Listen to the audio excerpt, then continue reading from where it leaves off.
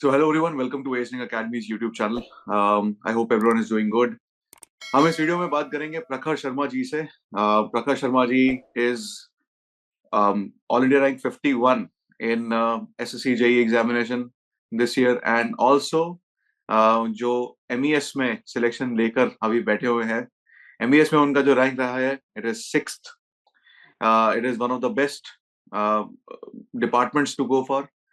So congratulations, प्रखर. Thank you so much sir. I hope आप काफी ज्यादा खुश हो गए अपने रिजल्ट से अभी. Yes sir, I am satisfied. Satisfied. थोड़ा बहुत अपने बारे में बताइए और अपने कॉलेज के बारे में बताइए. एंड जी आप की जर्नी थोड़ी बहुत शुरुआत कहाँ से हुई उसके बारे में बताइए. जी। तो सर मैंने 2021 में इलेक्ट्रिकल इंजीनियरिंग में बीटेक किया जेएसएस नोएडा से। फिर हम्म. उसके बाद I started preparing for GATE and ESC. और ओके. कि जेएसएस नोएडा में थोड़ा सा ये कंपटीशन वाला रहता भी है, तो मैंने कई सीनियर्स से ऐसे देखा कि हमारे इमीडिएट सीनियर्स भी उसी ओर जा रहे हैं, तो हाँ. प्लेसमेंट जाने से बेहतर मैंने प्रिपरेशन की ओर जाना समझा। So I started preparing for GATE and ESC, और उसमें मैंने ईएससी में प्री 2 बार क्लियर किया, फिर उसका मेंस में एस इंजीनियरिंग एकेडमी से मैं एसोसिएटेड रहा मेंस में। और लाइव उसके क्लासेस. बाद सर जी, मेंस का स्पेशल प्रोग्राम जो था उसमें एसोसिएटेड रहा था मैं। ओके. और फिर मैंने सर स्टार्टिंग में वो 21-22 में तो एसएससी जेई का एग्ज़ाम नहीं दिया था, बट गेट में मैं और ईएससी में भी उतना ज़्यादा अच्छा रिस्पांस मुझे नहीं मिला अपना, तो मैंने इस बार ये सोचा कि 23 में मैंने ये सोचा कि अपना एक बार एसएससी जेई और भी ऑप्शंस को एक्सप्लोर करके देखता हूँ। तो गेट मैंने में रैंक कैसी रही थी? सर रैंक मेरी ऐसे ही हर बार गेट क्लियर तो होता है, लेकिन वही 1500 के ऐसी मतलब अच्छी रैंक कुछ खास इतनी अच्छी नहीं मिली अच्छा. कि बस हर बार ये है कि मेरा क्लियर हो रहा है, इस बार भी उम्मीद है कि क्लियर होगा, लेकिन उतने अच्छे मार्क्स नहीं कि अनरिजर्व्ड से मुझे पीएसयू या कोई अच्छा आईआईटी में मैं जा सकूं। एडमिशन मिल जाए. हम्म. जी, मतलब और दूसरा मेरा जो एम है वो भी आईआईटी से एमटेक की बेहतर जॉब करना, मतलब मैं ज़्यादा बेटर समझता हूँ। तो इसलिए मैं अच्छा. इस तरीके से एम कर रहा हूँ कि या तो मैं पीएसयू के लायक रैंक ला सकूँ, और या हाँ. फिर इधर और एग्ज़ाम्स में मैंने फिर अब ये सोचा। तो 23 में मैंने ये दिया था एसएससी जेईई का फर्स्ट अटेम्प्ट। तो उसी समय से ये वो हुआ था ऑब्जेक्टिव पेपर 2। उससे पहले तो मेंस की जो हाँ. रिटन होता था, हाँ. हाँ. हाँ. उस बार फिर हुआ 23 में दिया, तो उसमें प्री तो उसमें भी अच्छा रहा था, लेकिन मेंस में उसमें थोड़ा-सा कम रह गया। क्योंकि फिर फर्स्ट टाइम हुआ था, बहुत एक अननोन फैक्टर बहुत बड़ा था कि यस बच्चों सर। को ये नहीं पता था कि कैसे सवाल आएंगे कैसे नहीं आएंगे. हमारे पास कोई प्रीवियस जानकारी नहीं थी कि किस तरीके के सवाल आएंगे. एंड मोर ओवर सब के सब यही बोल रहे थे कि यार सिंपल ऐसे इंजीनियरिंग सर्विसेज के सिंपल सवाल जैसे आते थे वैसी तैयारी कर लेते हैं. गेट के जैसे पीछे सिंपल सवाल आते थे वैसी तैयारी कर लेते हैं. बट काफी सिंपल आया था. बट काफी बच्चे इस स्पेक्यूलेशन में रह गए, मुझे तो याद है. उसमें मैंने जब प्रिपरेशन में मैंने ये एसएससी जेईई में आने का सोचा था, तो मैं भी उसी हम्म. तरीके से था कि जैसे ईएससी का रिटर्न आता है तो उसके उसका लेवल कम करके रिटर्न होगा, तो मैं उसके लिए हम्म. तो तैयार था। लेकिन फिर उसके बाद जब ऑब्जेक्टिव हुआ, तो फिर पीवाईक्यू, क्योंकि कोई भी एग्जाम होगा तो जब पीवाईक्यू आप देंगे उसी से पता चलता है कि क्या इसका लेवल रहता है एग्जाम का। हाँ. अब पीवाईक्यू थे नहीं, तो फिर हमने गेट में और ईएससी में चूंकि थोड़ा सा न्यूमेरिकल पोर्शन ज़्यादा रहता है, और हाँ. उसमें एकदम जो बेसिक फैक्ट्स हैं वो नहीं इतना हम लोग फोकस करते हैं। तो हम्म. उसी तरीके से मैंने उसको पढ़ा, तो उसमें मेरे को कमी ये पता चली कि सेकंड पेपर में जो एकदम फैक्चुअल सवाल जो होते हैं उसको बहुत ही ज़्यादा उन्होंने फोकस रखा, तो इसलिए मेरा रह गया हाँ. था। तो ये इस चीज़ पे हम्म. 24 में काम किया अलग से, कि मेरे को ये समझ में आ गया था कि एसएससी जेई अगर ऊपर नीचे भी होगा तब भी इतना ज़्यादा ड्रास्टिक चेंज अब नहीं आएगा 23 के हम्म. लेवल से। तो इतना किया कि गेट और ईएससी की प्रिपरेशन मैं कर ही रहा हूँ लगातार। तो हम्म. अगर बहुत हाई थोड़ा बहुत हाई भी चला जाता है तो उससे मैं एज मिल जाएगा मुझे। प्लस जो बेसिक मेरा कमज़ोर है उसको मैंने और काम कर लिया। बेसिक इन द सेंस, मतलब वैसे तो बेसिक हम ईएससी और गेट में पढ़ते ही हैं, लेकिन हाँ. इतना फैक्ट पे ध्यान नहीं देते हैं। हाँ. वो तो है. बिल्कुल सही बात करी. वो ये एक पॉइंट और मैं स्टेट करना चाहूंगा यहाँ पर. जैसे जो स्टूडेंट्स गेट और ईएससी की प्रिपरेशन के लिए स्पेकुलेशन करते हैं कि सर हमको गेट ईएससी की प्रिपरेशन करनी चाहिए या फिर किसी एक नॉर्मल पीएसयू की तैयारी कर लेता हूँ या फिर किसी और छोटे एग्जाम की तैयारी कर लेता हूँ. आई ऑलवेज से देम कि यार तुम गेट और ईएससी की तैयारी करो, छोटे एग्जाम की जो तैयारी है उसकी अपने आप काइंड ऑफ आप कर ही रहे हो, बिकॉज इसमें हायर लेवल के क्वेश्चंस आपसे पूछे जा रहे हैं। You are preparing obviously for higher level.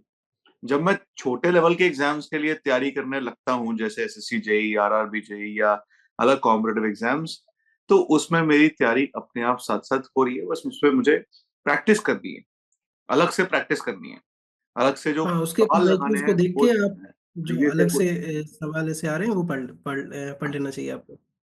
अच्छा, एक और चीज बताइए, आपके प्रीलिम्स का कैसा रहा? प्रीलिम्स में परफॉर्मेंस कैसी रही इस साल? सर इस बार और लास्ट ईयर से बेटर प्रीलिम्स ही के तीनों सेक्शंस में आपका कैसा कैसा परफॉर्मेंस रहा? जी, तो प्रीलिम्स में मैंने ये देखा था कि इसमें नॉन टेक भी आ रहा है काफ़ी हद तक। 50% आपका नॉन टेक है, 50% ही इलेक्ट्रिकल इंजीनियरिंग है, तो उस हम्म। पे फोकस करना पड़ेगा। लास्ट ईयर मैंने जब दिया था तो उसमें नॉन टेक में जो जीके वाला पोर्शन था वो नहीं अच्छा हो पाया था। पर जी। बट ओवरऑल प्रीलिम्स में अच्छे मार्क्स बन गए थे लास्ट ईयर। बट इस बार मैंने ये सोचा कि उसमें अगर हम जीके में, क्योंकि इसके मेंस में जुड़ते हैं मार्क्स, अनलाइक हाँ। मोस्ट ऑफ द एग्जामिनेशंस जिसमें प्री जो होता है वो क्वालिफाइंग होता है, लाइक आरआरबी हम्म। या फिर यूपीएससी यूपी। हाँ। लेकिन इसमें मार्क्स जुड़ रहे हैं तो फिर उस पे जो मेरा कमजोर पोर्शन था जीके वाला, उस पे इस बार थोड़ा सा ज्यादा फोकस किया।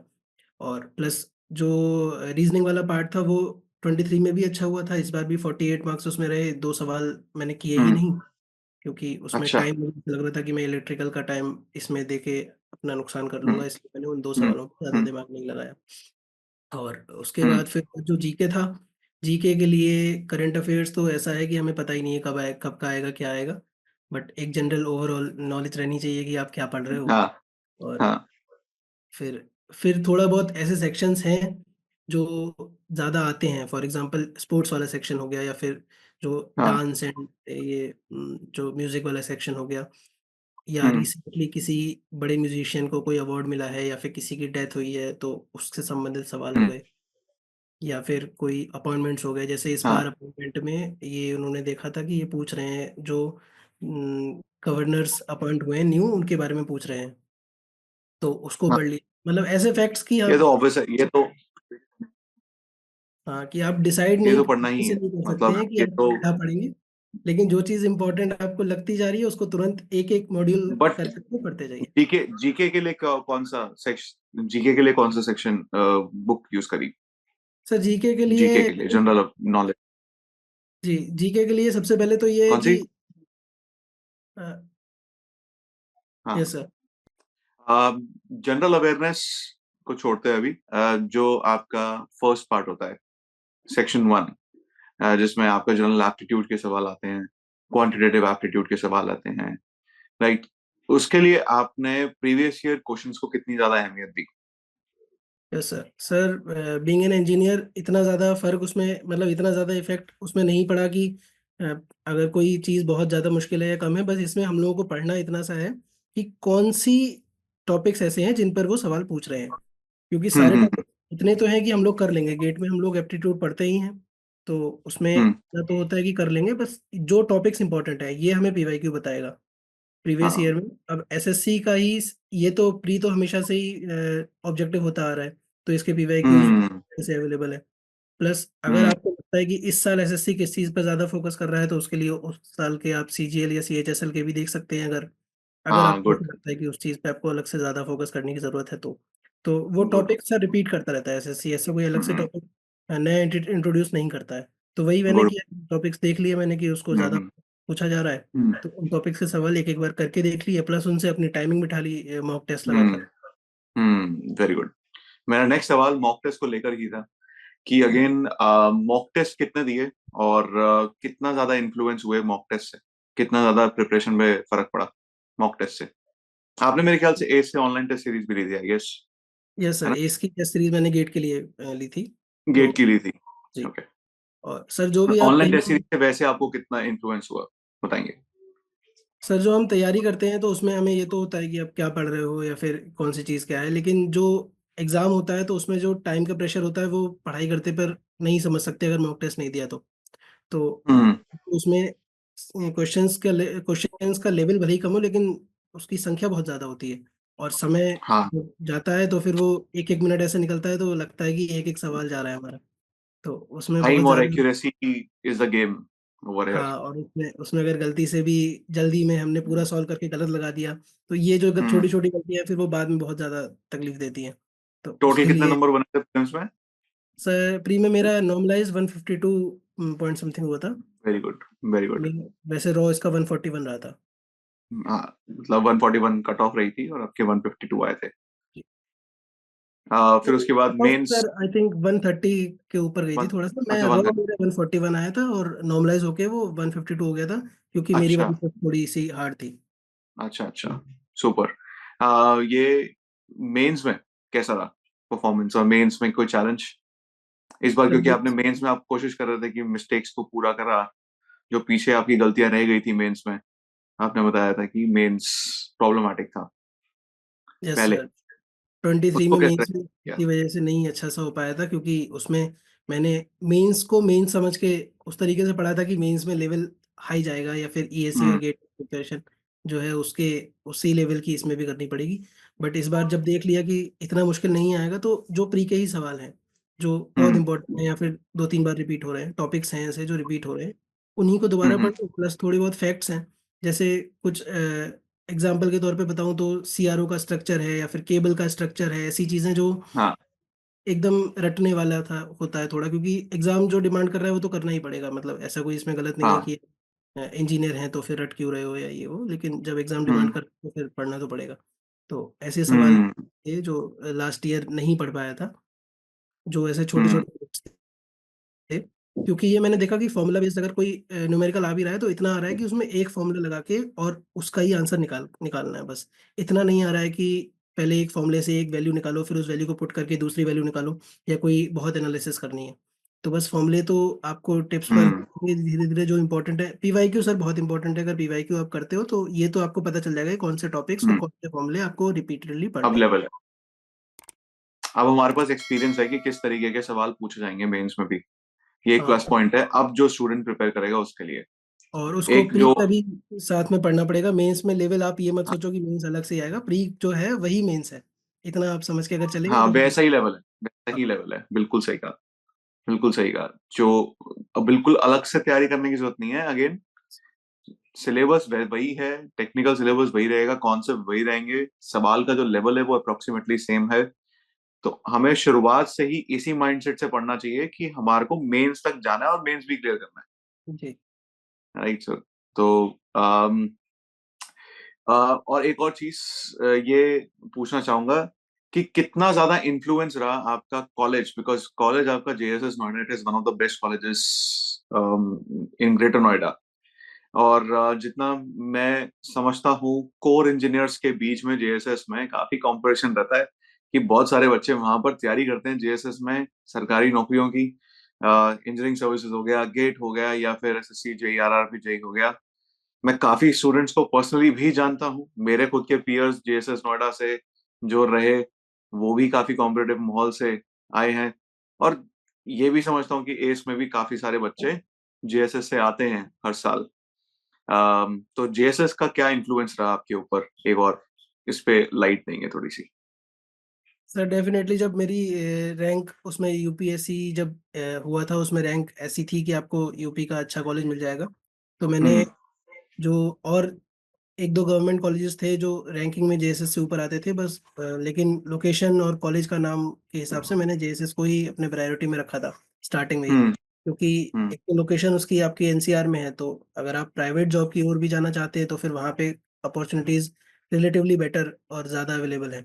और अगर हम्म। आप फिर वहाँ जाकर मुझे धीरे-धीरे ये पता चला कि उस जगह पे जो ओवरऑल पर्सनैलिटी डेवलपमेंट है उसके लिए काफ़ी ज़्यादा हम्म। क्योंकि टेडेक्स वहाँ पर होता है, और जो टॉपर्स हैं उनकी टॉक्स वहाँ जाके मैंने अटेंड की। आईईएस ऑफिसर्स जो थे हमारे सीनियर्स जो हमारे यहाँ से पास आउट थे, तो उनकी टॉक्स हाँ। अटेंड की, तो वो सब सुन के और उस सब की वजह से ऐसा एक माहौल रहा।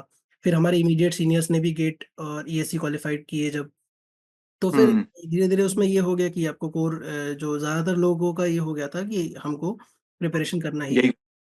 हम्म। तो उस चीज़ का बहुत ज़्यादा इफ़ेक्ट पड़ता है, प्लस जो सर इसमें non for example non curricular जो को-करिकुलर एक्टिविटीज़ हैं, हम्म। ड्रामेटिक हो गया, म्यूज़िक हो गया, इस चीज़ का भी उधर काफ़ी ज़्यादा थोड़ा-सा एनसीआर में होता ही है कॉम्पिटिशन्स में।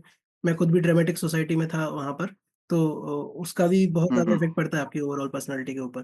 तो एक हम्म कॉम्पिटिटिव माहौल तो रहा। हमारे सीनियर्स भी कुछ ऐसे हैं जो सीएसई की प्रिपरेशन करने चले गए, कुछ ऐसे हैं जो ईएससी की प्रिपरेशन करने चले गए, कुछ ऐसे थे जो सिलेक्ट भी हो गए। हम्म इनफैक्ट मेरे साथ के भी हम्म कुछ जो थे पीयर्स वो भी सिलेक्ट हुए हैं ईएससी में, गेट में। हम्म तो उसका काफ़ी इफ़ेक्ट पड़ता है। हम्म कि हम जो देखते हैं उसी तरीके से हम आगे हमारा भी शेप होता है।